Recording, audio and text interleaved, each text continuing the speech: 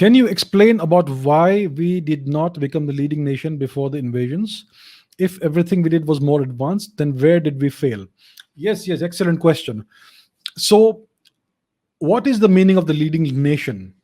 We were a civilization, and we were the leading civilization, the most advanced civilization. So we had these cycles of history. Our history was cyclical in nature. There were times when we were united under one single emperor. For example, Chandragupta Maurya, for example, Kanishka, the Kushan, for example, the Gupta Empire, and so on. So we had cycles of time when we were unified under one single emperor, and there were times when we had Mahajanapadas and various kingdoms. So we were disunited politically, but we were still one single culture and civilization. And we were scientifically and technologically the most advanced.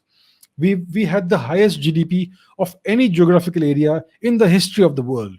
So we were the most advanced civilization. We were the leading civilization before the invasions. Everything was more advanced. So where did we fail?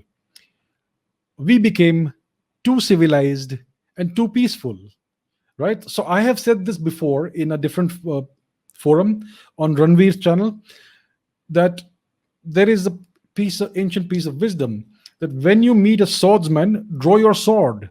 Do not recite poetry to somebody who is not a poet. And it seems that we may have kind of forgotten this particular piece of wisdom. So when the Turkic and other invasions happened, we kind of treated them as if they were as civilized as us. Their intent, the intent of the invaders, was to slaughter us and wipe out our civilization. And some of our kings treated them as if they were civilized and they could be dealt with in a civilized manner.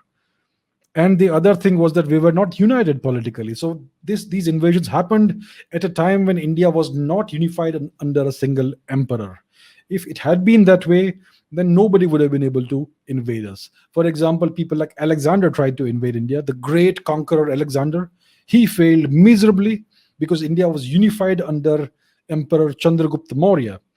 So whenever India has been unified, and unified not just under one emperor, but unified as a people, at those times, nobody has been able to successfully invade us.